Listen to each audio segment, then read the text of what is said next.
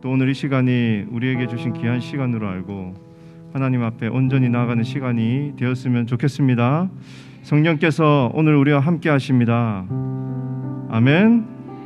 성령께서 우리를 돌보십니다.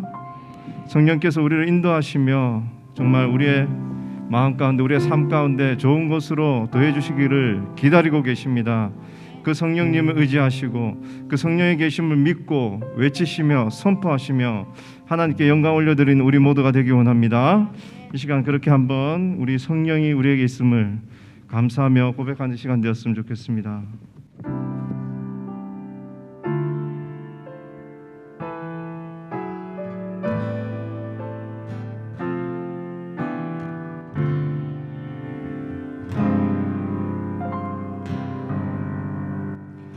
무한 시절 지날 때 깊은 한숨 내쉴 때 그런 풍경 보시며 탄식하는 분인데 고와 같이 너희를 버려두지 않으리 내가 너희와 영원히 함께하리라. 다시 한 번 더. 허무한 시절 지날 때 깊은 한숨 내쉴 때 그런 풍경 보시며 탄식하는 분인데 고와 같이 너희를 버려두지 않으리 내가 너희와 영원히 함께하리라. 성령이 오셨네 성령이 오셨네 내 주에 보내신 성령이 오셨네 우리 인생 가운데 신이 찾아오셔서 그 나라 꿈꾸게 하시네. 억눌린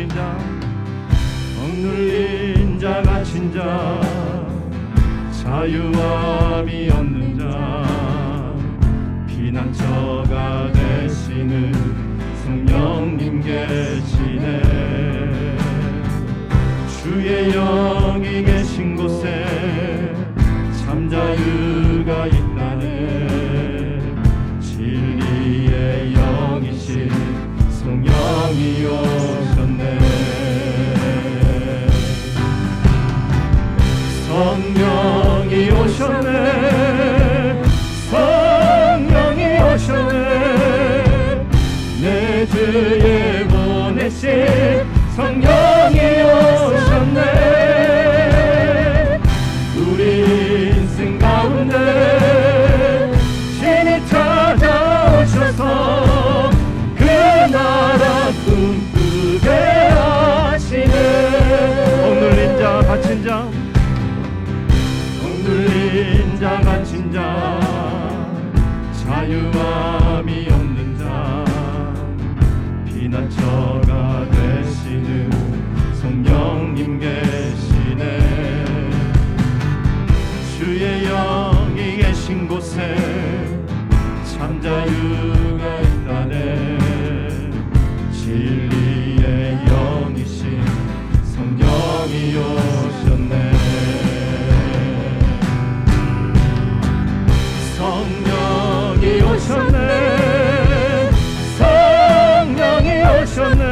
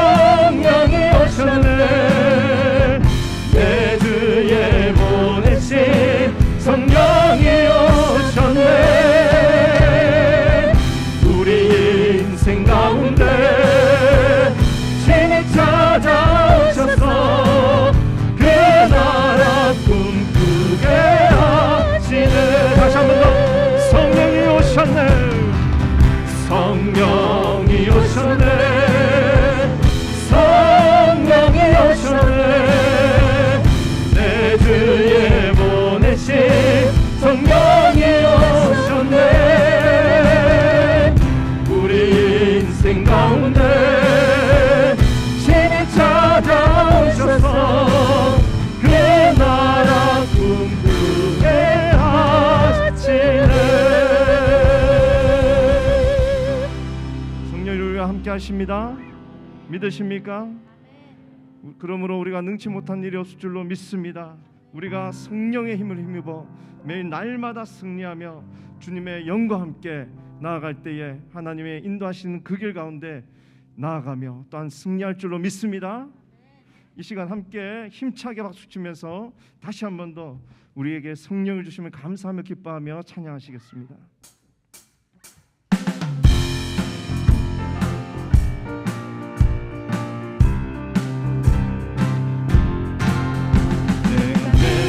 기쁘게 순례의 길 행하면 주의 발이 나를 안보함이요 내가 주의 근복을 받는 참된 비결을 주의 영이 함께하니 다시 한 번 더 내가 매일 기쁘게 순례의 길 행하면 주의 발이 나를 안보함이요 내가 주의 근복을 받는 참된 비결을 주의 영이 함께함이라 성령이 계시네 할렐루야 함께하시네 좁은 길을 걸으며 밤낮 기뻐하는 것 주의 영이 함께함이라 전해제에 빠져서 평안함이 없을 때 예수 십자가의 분노 힘입어 엎드려 참된 평화를 얻으는 주의 영이 함께함이라 나와 동행하시고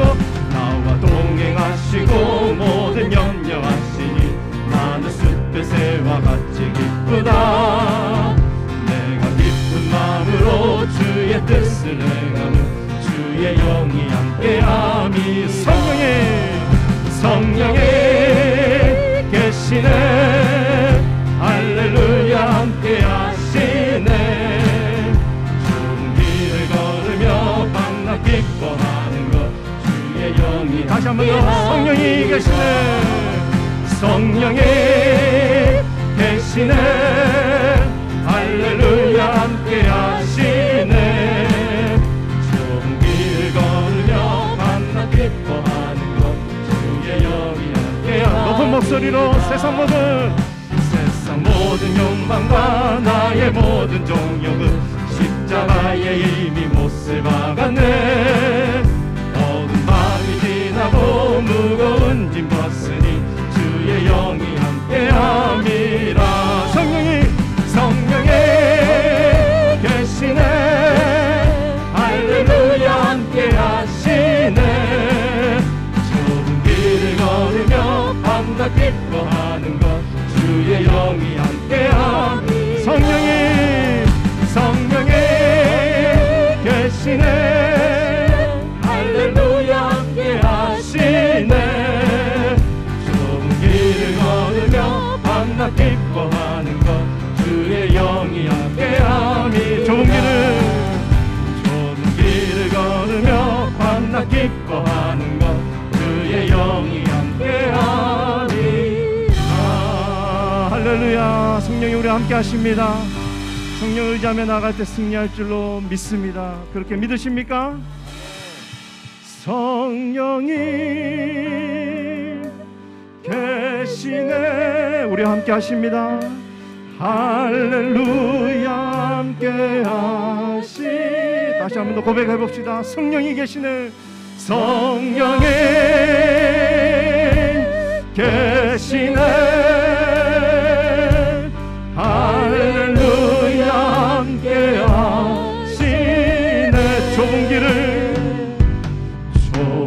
길을 걸으며 밤낮 기뻐하는 것 주의 영이 함께하 예 그렇게 살겠습니다. 좁은 길을 걸으며 밤낮 기뻐하는 것 주의 영이 함께함이라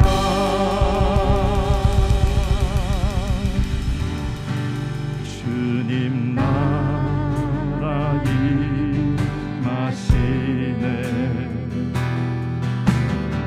주의 날은 멀지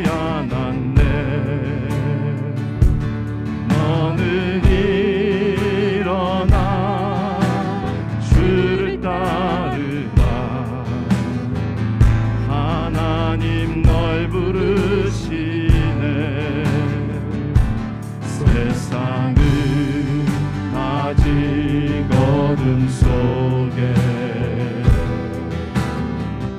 빛대신 주 보기 원하네. 너는 일어나 그 빛을 바라라. 주님의 영광 내게 임했네. 일어나 주 위에 서라. 강한 용사여, 주님이 너와 함께 하시네. 주께서 다시 오신 길 그게 예비하라. 영광의 주님 온 만왕의 왕 곧 오시네. 주님 나라 임하시네. 주님 나라 임하시네. 주의 날은 멀지 않았네. 너는 일어나 주를 따르라. 하나님 널 부르시네.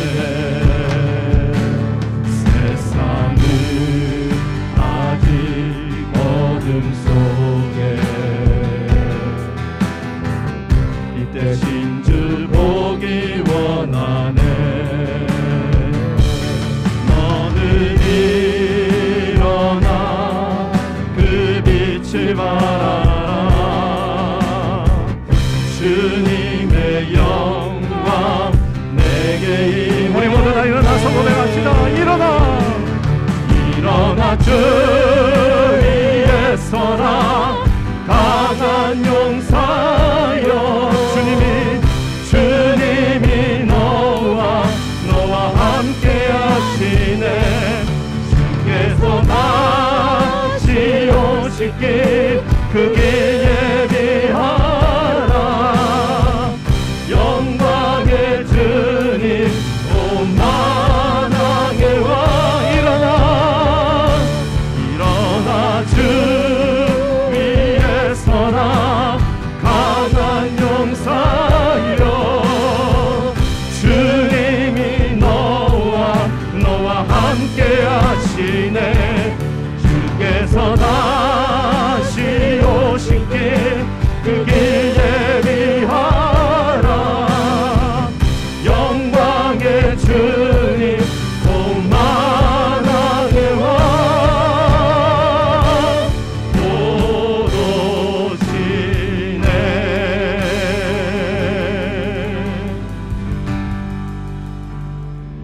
하나님 은혜와 사랑을 감사합니다. 우리 지난 주간 성교 축제를 통하여 하나님 영광 받아주시니 진심으로 감사합니다. 우리 10년 가운데도 정말 세상이 줄 수 없는 기쁨과 감사함으로 충만한 가운데 이 모든 사역들을 감당할 수 있도록 힘주시고 역사하여 주심을 감사합니다. 고난의 어려운 시기지만 우리가 주님을 향한 그 열방을 향한 하나님의 일을 향하여 힘차게 전진해 나아갈 수 있도록 인도하여 주옵소서. 양머리 교구사를 그렇게 축복하여 주시고 예전보다도 더 부흥하며 성장하며 나아갈 수 있도록 인도하여 주옵소서. 다음 주간부터 진행되는 우리 여름 성경학교 가운데도 하나님의 풍성한 은혜와 사랑으로 인도하여 주셔서 어린 자녀들이 다 예수님 만나고 변화되는 놀라운 시간으로 함께하여 주옵소서. 하나님 감사합니다. 예수님의 이름으로 기도드리옵나이다. 아멘. 예, 여호수아 8장 1절에서 9절까지 있는 말씀 같이 보겠습니다.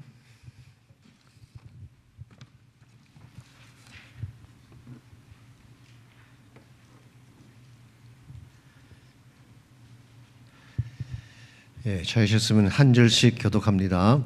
여호와께서 여호수아에게 이르시되 두려워하지 말라 놀라지 말라 군사를 다 거느리고 일어나 아이로 올라가라. 보라 내가 아이 성과 그의 백성과 그의 성읍과 그의 땅을 다 내 손에 넘겨주었으니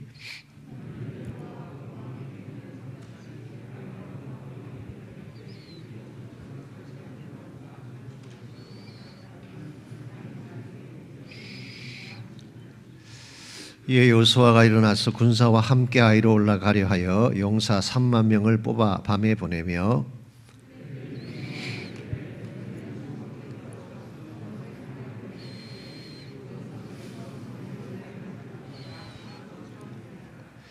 나와 나를 따르는 모든 백성은 다 성읍으로 가까이 가리니 그들이 처음과 같이 우리에게로 쳐 올라올 것이라. 그리할 때에 우리가 그들 앞에서 도망하면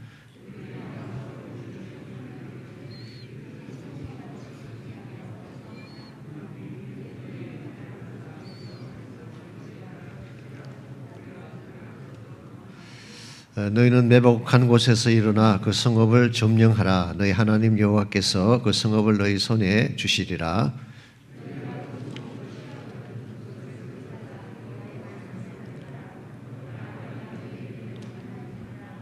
우리 구절 같이 있습니다.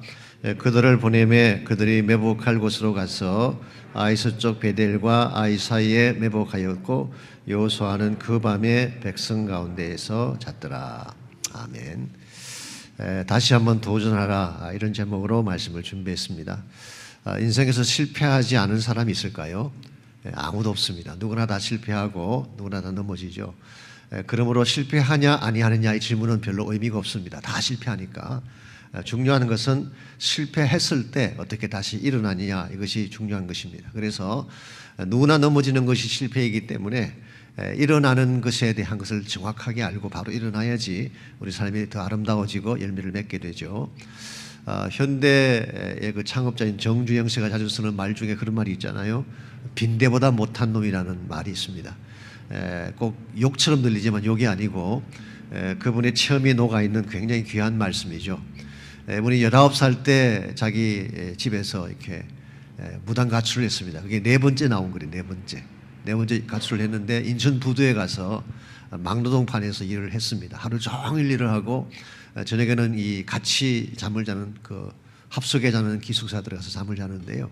문제는 밤만 되면 이 빈대가 나타나서 물기 때문에 잠을 잘 수가 없는 거예요. 너무 피곤하니까 잠은 자야 되겠는데 빈대가 무니까 잠을 잘 수가 없어서, 그래서 이 큰 그 나무 판으로 침대 같이 만들고 밑에 이렇게 다리를 달아가지고 바닥에서 자지 않고 나무 판 위에서 잠을 잤어요. 그러면 빈대가 올라오지 못할 거라 생각한 거죠. 그랬더니 그 나무 그를 타고 올라와서 빈대가 무는 것입니다. 안 되겠구나 생각을 하고 그 나무 판때기를 하고 있는 막대기 밑에다가 세숫대야를 놓았어요. 그 위에다가 이제 막대기를 올린 것입니다. 그러면은 빈대가 나무 막대기를 타려고 하다가 다 물에 빠져서 돌아가시지 않겠어요? 그러니까 그렇게 물을 댔더니 얼마간 빈대가 올라오지 않는데 또 며칠 후에 다시 또 빈대가 올라옵니다. 이상하다. 분명히 여기 물을 댔는데 어떻게 올라오나 해서 밤중에 일어나서 가만히 관찰을 해봤더니 깜짝 놀랄 일을 발견하게 되죠. 이 빈대가 다리를 통해서 올라오는 것이 불가능하니까 벽을 타고 올라가서 한밤중에 그 천장 위에서 공중 낙하해서 떨어지는 거예요. 이걸 보고 나서 그분이 하신 말이 있죠. 자기가 정말 인생에 큰 걸 깨달았다고. 빈대가 이렇게 많은 것이 막혀 있어도 불굴의 의지로 이렇게 자기 목적을 꼭 이루는데 내가 뜻을 바로 정하고 포기하지만 않는다면 내가 꼭 승리할 수가 있다. 그게 그분이 말씀하시는 뭐 인생 철학이기도 했습니다. 그래서 나중에 직원들을 만났을 때 최선을 다하지 않든지 아니면 한번 실패했다고 낙심하는 자들에게 이 빈대만도 못한 놈아, 이제 그런 말을 했다는 것이죠. 사실 오늘 우리가 이 땅을 살면서 어떤 의지를 가지고 어떻게 일어나느냐가 참 중요하죠. 누구나 다 넘어지는 인생길이지만 우리가 잘 일어날 때 우리가 바른 열매를 맺을 수가 있습니다. 여러분들은 실패를 했을 때 주로 어떤 반응을 보이나요? 너무 아프니까 울기도 하고 좌절하기도 하고 두려워하기도 할지 모르겠지만 우리 그리스도인들은 반드시 다시 일어나야 됩니다. 이게 크리스천 삶의 본질이기 때문에 그렇습니다. 예수님께서는 어떤 상황에서도 일어나셨어요? 죽은 지 사흘이 지난 상황에서도 일어나셨어요. 그게 우리가 부활 사건입니다. 여러분과 저는 부활하신 예수를 믿는 사람들이기 때문에 이 인생의 웬만한 어떤 뭐 절망이나 고난이나 좌절 앞에서는 넘어질 수가 없습니다. 우리 안에 살아계신 부활의 주님이 있기 때문에. 그래서 우리 반드시 일어나야 되고 다시 재도전을 해야 되는데 어떻게 할 때 이와 같이 다시 일어나서 재도전을 할 수가 있을지 본문의 주제를 보겠습니다. 실패 현장에서 다시 일어나려면 뚜렷한 목적의식과 하나님이 주시는 용기와 전략이 필요하다 그랬어요. 이게 세 가지를 말씀드렸죠. 목적의식이 분명해야지 다시 일어날 수 있습니다. 그냥 단순히 넘어졌는데 일어나자 이건 안 돼요. 내가 일어나야 될 이유가 분명해야지 어떤 상황이라도 일어날 수가 있겠죠. 또한 하나님이 용기를 주시고 또 하나님이 전략을 주실 때에 일어날 수가 있습니다. 자, 본문으로 들어가셔서 1번 문제. 오늘 본문은 아이성의 2차 공격에 대한 말씀입니다. 1절을 읽고 여호수아가 재도전을 하게 된 계기에 대해서 나눠보라 그랬습니다. 지난주에 소개를 해드렸지만요, 1차 침공에 실패를 하면서 굉장히 좀 충격적인 아픔을 그들이 겪게 됩니다. 어쨌든 36명의 자기 동족이 죽임당했잖아요. 이거 굉장한 손실이죠. 뿐만 아니라 이 사건 때문에 이 백성들의 사기가 아주 급격하게 저하가 됐어요.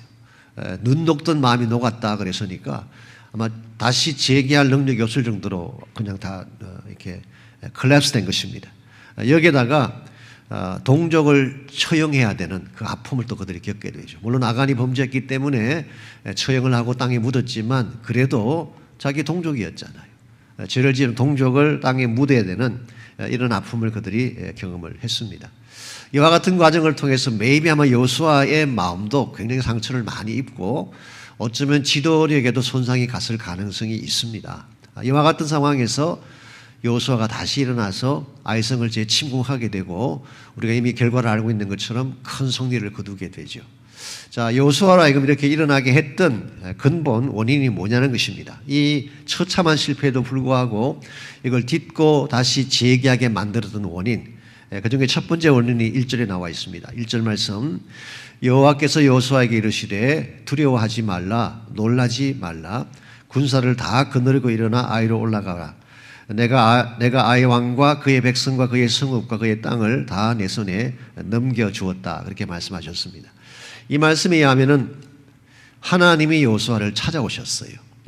일반적으로 내가 실패를 하면 이젠 끝장났구나 생각하는데 우리가 실패를 해도 하나님은 스틸 찾아오세요. 그리고 말씀하세요. 이게 참 중요한 포인트입니다. 내가 넘어지고 내가 범죄했고 내가 잘못했으니까 하나님도 떠나가지 않을까 생각하지만 그렇지 않은 걸 발견할 수 있죠. 실패함에도 불구하고 여호와께서 여호수아에게 말씀하셨어요. 어떤 말씀하셨나요? 두려워하지 말라, 놀라지 말라. 이게 사실은 처음 하시는 말씀은 아니에요. 제가 이 성경을 좀 정리를 해봤더니요, 이 세 번째 듣는 말입니다. 신명기 30장, 신명기 31장 8절에서 모세를 통해서 한번 이 말씀을 들었어요. 똑같은 말입니다. Do not be afraid, do not be dismayed, 혹은 discouraged. 두려워하지 말고 놀라지 말라. 똑같은 말을 신명기 31장 8절에서 한번 들었습니다. 들었는데 여호수아 1장 9절에서 또 한 번 말씀하셨어요. 여호수아 1장 9절에서 두려워하지 말고 놀라지 말라. 똑같은 말씀을 하셨어요. 그랬는데 오늘 본문에서 또 리핏하고 계세요. 우리 시로 말하자면 설교 지금 세 번째 듣는 거예요. 이미 한 번 들었던 설교예요. 듣고 두 번째 들을 때까지는 참았는데 또 하신단 말이죠. 똑같은 말씀을.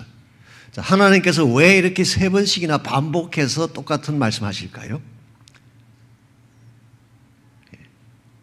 왜 똑같은 말씀을 반복하고 있을까요? maybe 잊어버렸기 때문이에요. 잊어버렸기 때문에. 듣는 순간은 아는 것 같았는데 조금 지나면 또 잊어버리고 또 두려워하고 놀라는 것입니다. 그래서 하나님이 또 리마인드 시켜주셨어요. 또 잊어버렸어요. 다시 또 말씀하신 거예요. 그래서 성경에 보게 되면 repeatedly 계속해서 하시는 말씀들이 많이 나옵니다.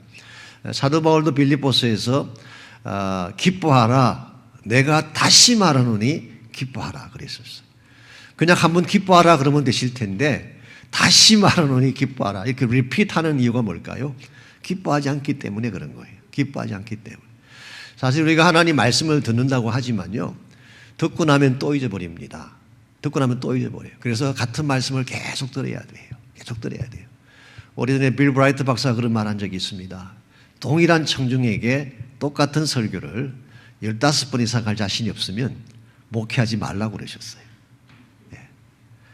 제가 그 말 듣고 굉장히 도전을 많이 받아서 저는 설교 준비하든지 말씀 나눌 때마다 했던 말 또 하면 이것도 성도들이 또 옛날 했던 것도 울고 먹는다 그러지 않을까. 그래서 뭐 할 수만 있으면 새로운 아이디어를 찾고 새로운 어프로치를 하려고 하는데 빌 브라이트는 그렇게 말을 해놨어요. 동일한 청중에게 동일한 말씀을 15번 이상 할 자신이 없으면 설교하지 말라는 거예요. 그렇게 이야기하는 이유가 한 몇 가지 있겠죠. 첫째는 15번을 해도 안 듣는다는 말일 수가 있고요. 또 한 가지, 그것이 복음이든지 진리일 경우에는 리피트 해도 괜찮다는 거예요. 똑같은 말씀이라도 정말 우리에게 필요한 것이라면 다시 리피트 할 수 있는 것이지 어디에서 항상 새로운 아이디어를 찾겠어요. 결국 성경이 말하는 것은 뭐 같은 말씀인데. 그래서 저는 개인적으로 우리 김동영 목사님 참 존경하는 것 중에 하나가, 여러분 아마 오래되신 분들은 다 아실 거예요. 김 목사님의 18번 레파토리가 뭐예요? 용서받은 탕자예요. 용서받은 탕자. 용서받은 탕자. 그냥 돌아온 탕자가 아닙니다. 보통 돌탕이라 그러는데 그거는 다른 교회 사시는 말씀이고, 우리 김 목사님은 용탕이에요. 탕자가 돌아왔다는 게 중요한 게 아닙니다. 용서받았다는 게 중요해요. 용서받은 탕자죠. 김 목사님이 제가 처음 여기 왔을 때 그러시더라고요. 김 목사님은 신방 가실 때 따로 말씀을 준비하는 법이 없대요. 그거면 충분해요. 어디를 신방 가시더니 누가복음 15장이에요. 결혼 주례를 해도 누가복음 15장. 뭐 어디 가서 말씀을 해도 누가복음 15장. maybe 어떤 경우는 다른 부분을 가지고 설교를 시작하셨는데 중간쯤 지나가면 다시 글로 가 있어요. 계속 리핏하는 것입니다. 왜냐하니까 이 탕자의 자세가 기본 자세니까, 이거 하나만 되면 우리 그저 삶이 다 확립이 되니까. 이런 면에서 우리가 리핏하는 거 굉장히 중요하다. 오늘 본문 같은 경우는 하나님이 이스라엘 백성이나 여호수아가 문제만 생기면 그냥 낙심하고 주저앉으니까 또 말씀하신 거예요. 두려워하지 말아라, 놀라지 말아라. 그렇게 다시 리핏하신 후에 우리 마지막 부분에 보게 되면 그 성읍과 그의 땅을 다 내 손에 넘겨주었다. 하나님이 승리를 컨펌해 주셨어요. 한 가지 아쉬운 것은 지난번 1차 공격 때 이 부분이 없었어요. 기도했다는 부분도 없고 하나님과 말씀을 나눴다는 부분도 없고 하나님이 이렇게 컨펌해 주신 것도 듣지 않고 그냥 정탐꾼 보고만 받고 3,000명 올라보는 거예요. 그게 사실은 지난주에 말씀드린 것처럼 그들이 패배했던 패배의 중요한 원인이 되었죠. 그런데 이번에는 그렇게 하지 않고 하나님의 말씀을 듣고 시작합니다. 그래서 하나님이 그를 인커리지 주시죠. 다시 용기를 주세요. 다시 일어날 수 있는 힘을 주세요. 사람들도 우리에게 그 위로를 줄 수가 있고 용기를 줄 수가 있습니다. 그러나 인간이 주는 용기하고 하나님이 주시는 용기는 달라요. 하나님이 일어나라고 말씀하시면 진짜 일어날 힘을 주시는 거예요. 파워를 주시는 거예요. 그래서 여러분들이 낙심했을 때 하나님 음성을 들어야지 사람의 말 자꾸 듣게 되면 마음 상하게 돼요. 사람의 말도 필요할 때가 있지만 그러나 일반적으로 인간의 말이라고 하는 것은 완전하지가 않고 또 내가 처한 상황을 다 아는 것도 아닙니다. 본인이 보는 상황이지 내가 당한 상황을 어떻게 그들이 다 알겠어요? 그러니까 본인이 보는 입장에서 말하는 거예요. 그러다 보니까 때로는 상처를 주기도 하죠. 나를 너무 이해 못 해주고 내 상황을 몰라주니까. 근데 하나님은 그렇지 않아요. 진짜 여러분의 상황을 정확하게 하시고 일어나라고 하시는 말씀이기 때문에 그분의 말씀은 여러분에게 힘이 되는 것이죠. 그래서 하나님 이와 같이 인커리지 하시고 용기를 주실 뿐만 아니라 승리에 대한 확정을 이미 주셨어요. 너의 손에 붙여주셨다. 자, 하나님이 이렇게 말씀하시면 결과는 반드시 그렇게 돼요. 제가 지금 말씀드렸잖아요. 이게 effective language. 그냥 해보는 말이 아니에요. 그냥 뭐 이렇게 외교적인 차원에서 듣기 좋으라고 하는 말이 아니라 하나님이 말씀하시면 그게 바로 현실이에요. 내 손에 붙여 주었다 그러면 끝난 거예요. 아이성은 우리 거예요. 그래서 제일 중요한 것이 하나님의 음성을 듣고 영적으로 다시 재각성했다는 것이 우리가 그 제기하는 데 있어서 제일 중요한 관건이 아닌가 생각합니다. 자, 2번 문제. 하나님은 어떤 지시를 내리셨으며 그것에 대해 여호수아는 어떻게 반응을 했는가? 2절에서 4절을 읽고 모든 성을 공략하는 방법이 동일할까 그렇게 물었습니다. 먼저 2절 봅니다. 너는 여리고와 그 왕에게 행한 것 같이 아이와 그 왕에게 행하되 오직 거기서 탈취한 물건과 가축은 스스로 가지라 라고 이야기했어요. 전번 성을 공격할 때, 여리고를 공격할 때는 어느 것도 손대지 말라고 하셨는데 이번에는 너희들이 그 안에는 왕이나 사람들은 다 죽일지라도 탈취한 물건과 가축은 너희들이 가지라 그렇게 하나님이 말씀을 하셨습니다.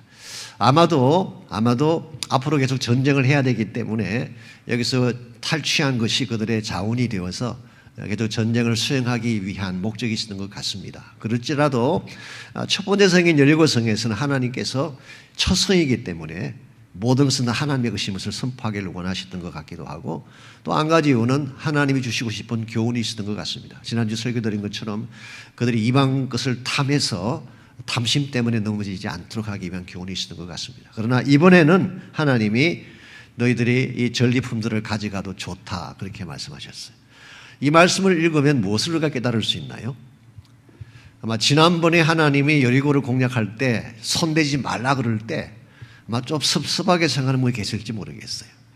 야, 지금까지 진짜 우리가 온 혼심을 다해서 우리 온 백성이 다 혼심을 다해서 이 성을 공략을 했는데 그리고 지난 40년 동안 광야를 거쳐오면서 이 성을 공략하려고 여기까지 달려와서 온 수고를 다 했는데 하나님이 그 물건 가운데 손끝 하나 맞추지 못하게 하다니 너무 냉혹해 보이지 않아요? 너무 하나님이 냉정해 보일 수 있습니다. 그런데 하나님은 그렇게 말씀하신 이유가 있어요. 그 다음 성에서 준비된 것이 있기 때문에 말씀하신 거예요. 너희들이 이 성만 잘 지나가면 그 다음 성에서 너희들이 승리하게 되면 그 다음 주어지는 모든 전리품은 너희들 것이다. 이걸 알지 못하고 아간이 먼저 손댄 거예요.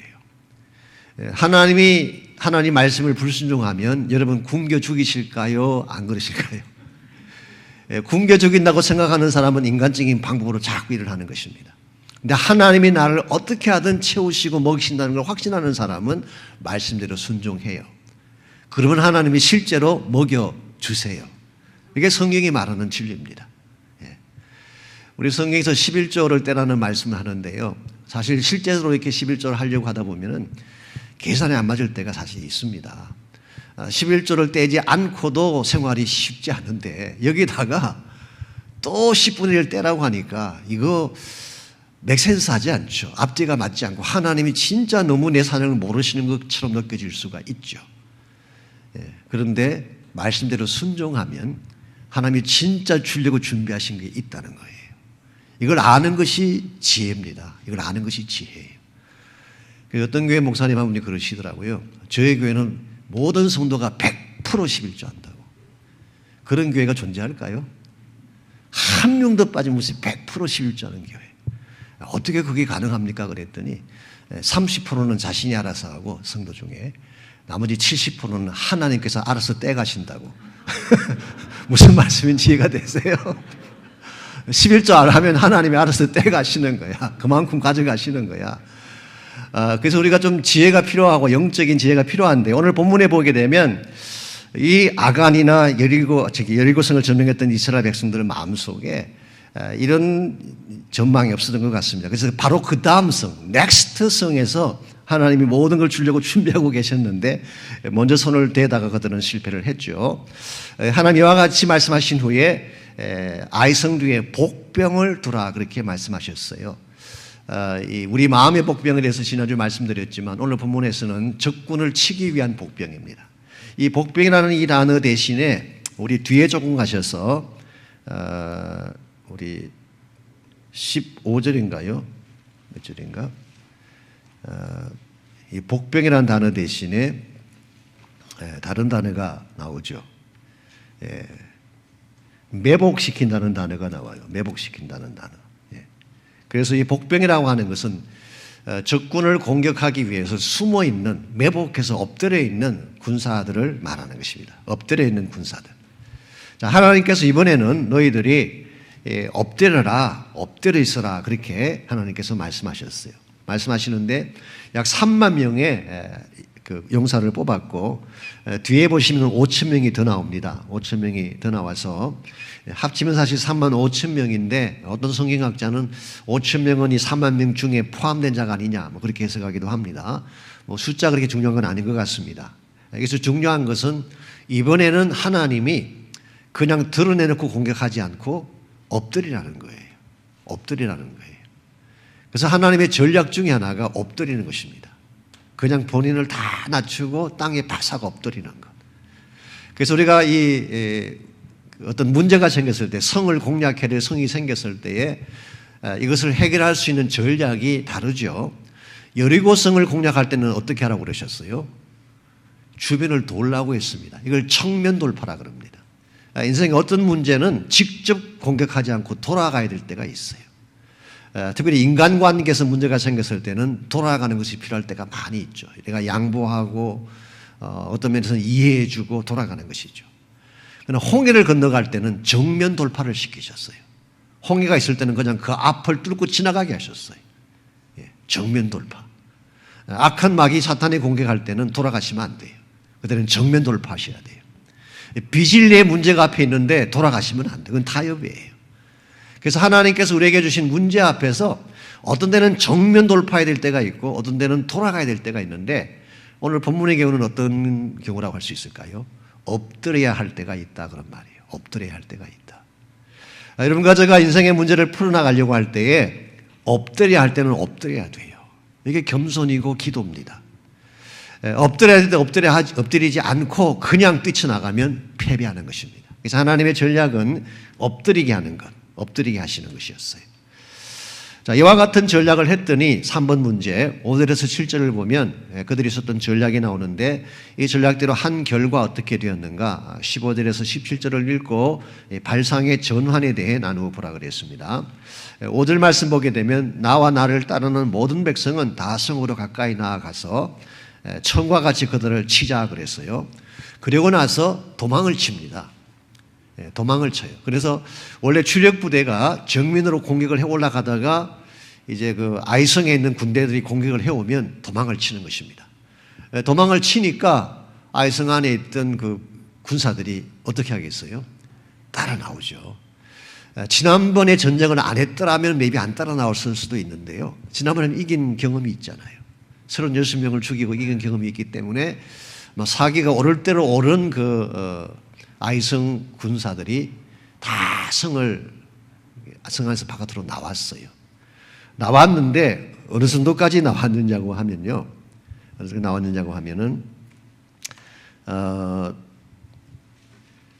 우리 군 뒤로 가서 보시면 좋겠습니다. 17절 보겠습니다. 아이와 베델에 이스라엘을 따라가지 아니한 자가 하나가 없고 이게 보게 되면 아이 성 안에 있는 군사 플러스 베델에 있던 군사까지 연합을 한 것 같습니다. 그러니까 훨씬 더 막강한 군대들이죠. 아이와 베델에 이스라엘을 따라가지 않은 자가 하나도 없으며 성문을 열어놓고 이스라엘을 추격해 갔대요. 즉 이 성 안에 꽉 차 있어야 될 그 군대들이 성문을 피워놓고 성을 피워놓고 전부 다 이스라엘을 공격하려고 추격해 간 것입니다. 그때에 옆에 매복해 있던 군대가 성 안으로 들어가서 왜냐하면 성은 열려 있지 안에 군대는 아무도 없지 그냥 들어가면 그 성은 자기 거예요. 그때 성 안으로 들어가서 성을 불을 질러버립니다. 불을 질러버리고 이제 도망치던 그 군대는 다시 돌아서서 적군을 대적하게 되고 그 뒤에는 불타는 성이 있는데 그 뒤에서 또 매복했던 그 군대들이 뛰어나오면서 아이 군사들은 졸지에 중간에 트랩에 빠져가지고 오도 가도 못한 가운데서 전멸을 하게 되는 이게 하나님이 주신 전략이에요. 인간의 전략이 굉장히 탁월할 것처럼 느껴지지만 인간의 전략보다 하나님의 전략이 항상 더 탁월하십니다. 그래서 여러분과 제가 문제를 바르게 처리하는 방법 중에 하나가 하나님의 그 전략을 따르는 거예요. 그래서 여기서 저는 한 가지 그 발상의 전환이라는 단어를 제가 연상을 했습니다. 생각을 바꾸면 모든 게 달라지잖아요. 이 발상의 전환이 어떤 것이냐고 하면요. 역발상이죠. 역발상. 일반적으로 성을 공격하려면 내가 쳐들어가야지 된다고 생각해요. 군대를 이끌고 쳐들어가서 성을 정복한다는 것이 우리 일반적인 통념이죠. 그게 보통입니다. 보통입니다. 근데 오늘 본문에는 보니까 내가 성을 쳐들어가서 성을 공략하는 게 아니라 성 안에 있는 자들을 나오게 함으로써 성을 공략하는, 이게 역발상이에요. 참 기가 막히잖아요. 우리가 만일 군대를 모아서 성을 쳐들어가서 이기려면요, 군사력이 3배는 있어야 돼요. 훨씬 더 많은 군대가 필요해요. 그리고 위험 부담도 훨씬 큽니다. 근데 반대로 성 안에 있는 자들을 바깥으로 나오게 하면 성 자체가 의미가 없어져요. 성 자체가. 그래서 하나님이 이런 역발성을 하게 해주셨어요. 그래서 우리 인생을 풀어가는 과정에서 항상 내가 하던 방식대로 해야만 되는 게 아니라 때로는 하나님의 방식을 어답트하게 되면 반대로 굉장히 좋은 결과를 맺을 수가 있어요. 예. 그래서 성경에 보게 되면 역발상에 대한 말씀들이 많이 나오죠. 너희들이 정말 승리하고 싶으냐? 그러면 먼저 내려놓아라. 높은 자가 되고 싶으냐? 낮은 자가 되라. 다 역발상이죠. 예수님께서 너희들이 살려면 죽어야 된다. 이게 다 역발상이에요. 역발상들. 예. 원수가 나에게 공격을 하면 먼저 그 사람에게 더 많은 거 주어라. 이게 다 역발상이죠. 그래서 우리가 이 세상적인 어떤 그 전략들, 세상이 말하는 전략들이 있죠. 뭐 경영학이든 아니면 세상의 정치학이든 이 전략들이 있습니다. 세상적인 전략이 우리의 진짜 전략은 아닙니다. 하나님의 전략이 항상 베스트예요. 그래서 여러분과 제가 이 사실을 기억하고 하나님의 전략대로 할 때에 반드시 승리하고 정복할 수가 있다. 그런 이야기입니다. 4번 문제, 아이성 전쟁에서 승리한 후 이스라엘은 무엇을 했는가라고 했습니다. 자, 이제 전쟁에 큰 승리를 거두고 아이성에 있던 왕을 잡아서 죽이고 또 그 안에 있던 모든 것들을 다 취하는 큰 승리를 거두게 됐습니다. 그러고 나서 30절입니다. 그때 여호수아가 이스라엘의 하나님 여호와를 위하여 에발산에 제단을 쌓았어요. 제단을 쌓고 31절, 이는 여호와의 종 모세가 이스라엘 자손에게 명령한 것과 모세 율법책에 기록된 대로 새 연장으로 다듬지 아니한 새 돌로 만든 제단이라. 무리가 여호와께 번제물과 화목제를 그 위에 드렸다 그랬어요. 자, 여기에 보게 되면 모세가 명령한 것대로 했다 그런 말씀이 나오죠. 이게 신명기 27장 4절에서 7절에 이 명령이 나와 있습니다. 신명기 27장 4절에서 7절. 모세가 이스라엘 백성들이 그 요단강을 건너가기 전에 먼저 그런 명령을 내렸어요. 너희들이 이제 요단강을 건너가서 가나안 땅에 들어가게 되면 반드시 이 일을 행하라라고 명령을 했어요. 그 일이 바로 에발산에 제단을 쌓고 새 연장을 되지 아니한 돌로 이렇게 제단을 만든 후에 번제와 화목제물을 드리라라고 이렇게 명령을 했어요. 그랬는데 이제 요단강을 건넌 후에 오늘 본문에 와서 그 말씀을 지키고 있습니다. 이게 무엇을 의미할까요? 오늘 승리한 후에 제사를 드렸다, 이런 의미도 포함됩니다. 우리가 승리했을 때 하나님 앞에 제단을 쌓고 제사하는 것이 굉장히 중요하죠. 그런데 특별하게 오늘 이 제단을 쌓게 한 이 장소가 굉장히 의미가 있습니다. 뒤에 다시 나오지만 그리심산이 있고 에발산이 있어요. 이 그리심산과 에발산 그 중앙입니다. 그 한가운데. 그 한가운데에 하나님의 언약궤를 놓게 하고 양쪽에 백성들을 서게 한 후에 에발산 위에 있는 성도들, 또 이 그리심산에 있는 성도들, 그래서 그리심산에 있는 자들은 축복을 선포하게 하고 에발산에는 저주를 선포하게 하는 이제 그 말씀들이 신명기에 나오죠. 근데 오늘 본문에 그걸 그대로 행한 것입니다. 에발산과 그리심산의 중앙, 이게 사실은 바로 가나안의 중심센터예요.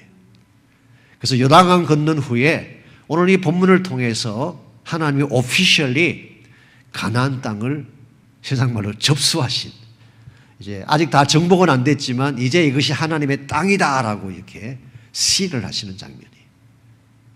사실 이것을 위해서 지금까지 달려온 거예요. 이것을 위해서.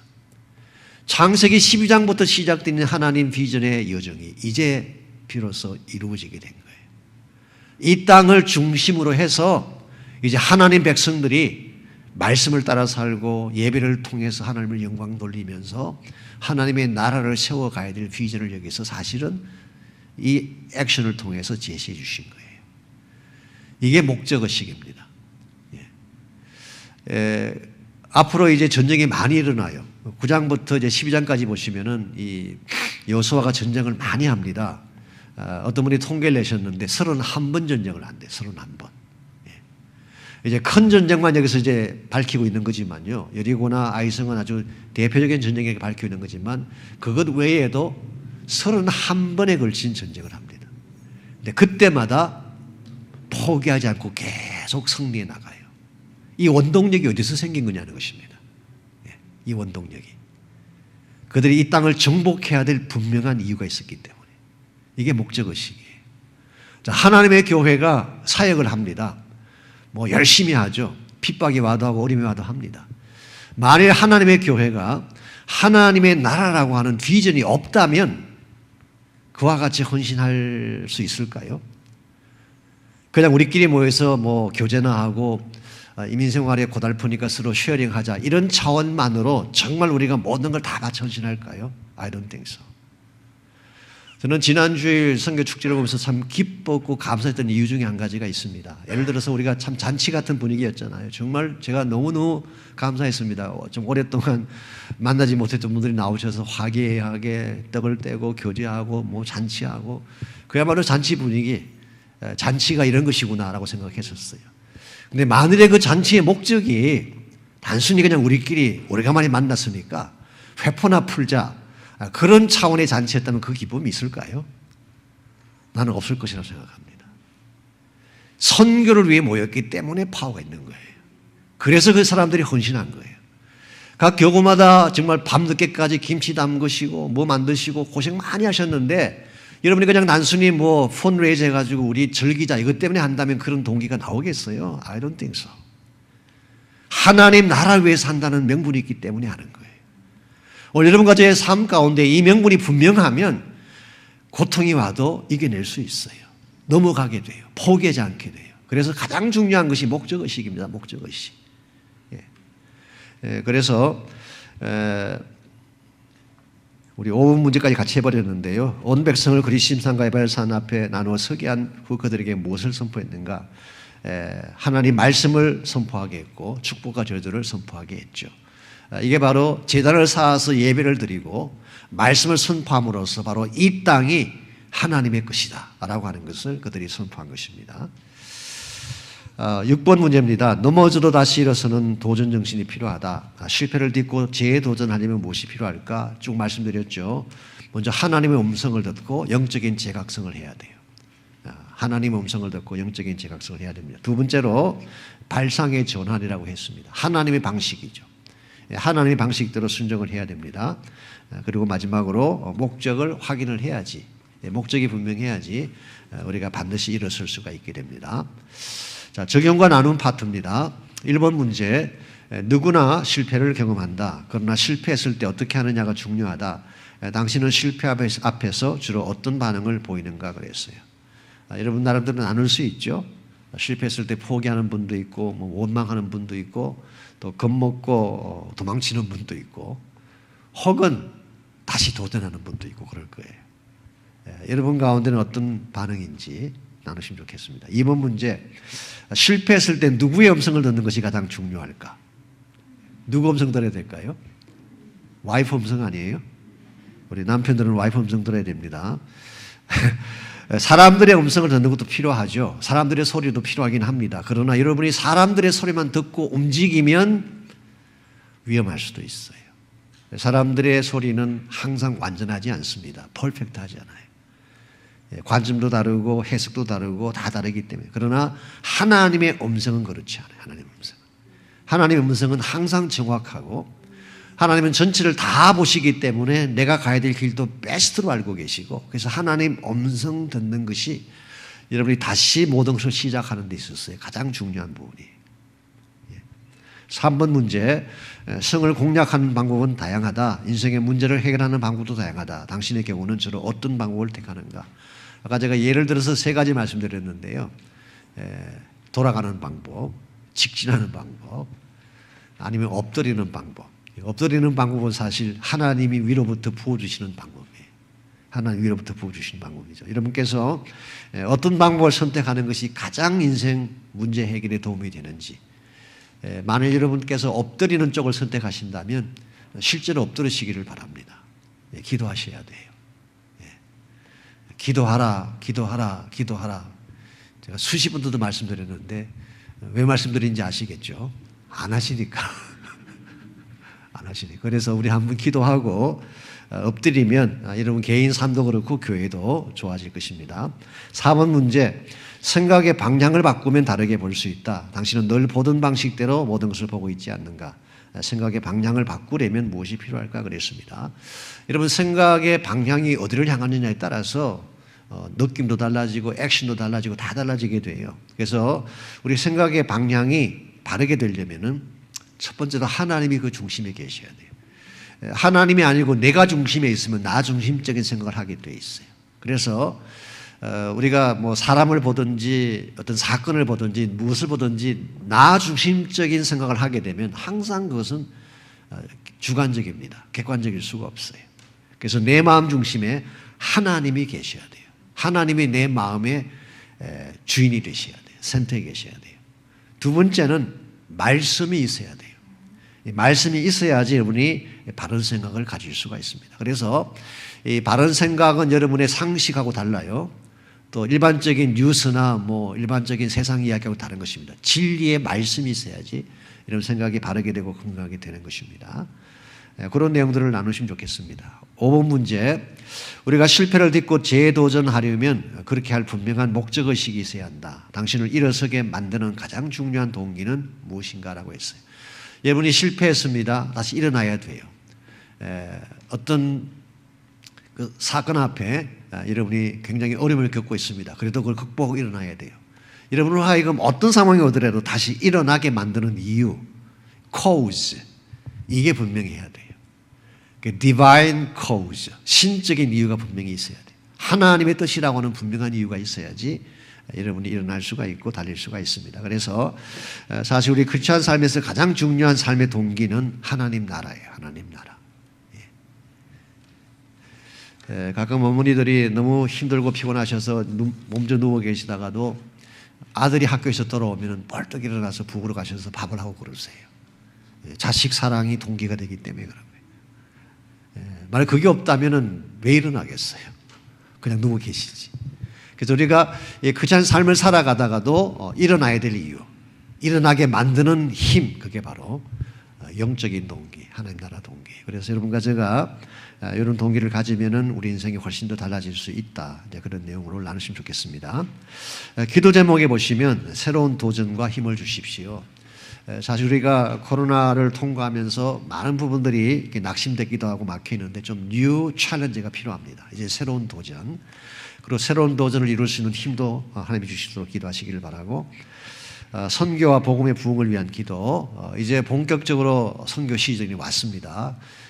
이제 오는 금요일이죠. 우리 선교 파송 예배를 드리면서 첫 선교팀이 토요일날 나가게 되고, 이 복음과 선교를 위한 기도 우리 한 달 동안 계속해 주시기 바랍니다. 그리고 VBS와 선데이스쿨 사역을 위해 계속 기도해 주셔서 특별히 다음 주간은 여러분들이 좀 특별하게 우리 주일학교 사역을 위한 기도를 꼭 해주시기 바랍니다. 어린아이들을 위한 사역 위해서. 이 시간 같이 한번 우리 합심해서 이런 기도 제목들을 함께 하고 마치면 좋겠습니다. 우리 마음 가운데 하나님의 새로운 도전이 필요해요. 그냥 있는 그대로 살자가 아닙니다.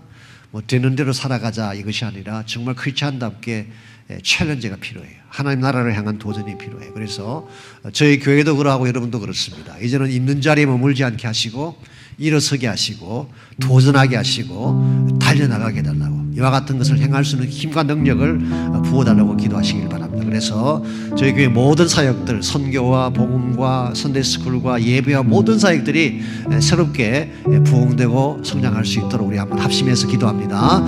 하나님 감사합니다. 비록 연약하고 부족할지라도 하나님 우리를 사랑하셔서 우리를 찾아오시고 우리에게 말씀해 주시고 우리가 가야 될 방향을 지시해 주신 것을 감사합니다.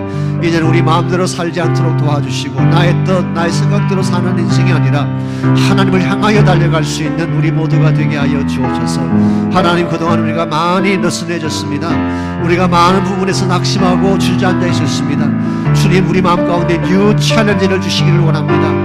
하나님 나라와 하나님의 목적을 위한 새로운 도전을 우리 심령 속에 심어주셔서 하나님의 능력과 성령의 파워로 달려갈 수 있는 저희 교회가 되게 하여 주옵소서. 사랑하는 모든 성도들의 마음 가운데에 다시 일어설 수 있는 용기를 허락해 주시고 주의 나라를 향한 꿈을 다시 회복하게 도와주셔서 우리가 살아도 주를 위하여 살고 주를 위하여 죽는, 우리가 사나 죽으나 주의 것이라고 선포할 수 있는 참으로 담대하고 용기 있는 삶을 살 수 있도록 은혜를 베풀어 주시옵소서. 하나님 감사합니다. 코로나로 말미암은 그 어려운 상황에도 불구하고 낙심한 채 주저하지 않게 하시고 하나님 나라를 향하여 새롭게 일어설 수 있는 새로운 챌린지를 주신 것을 감사합니다.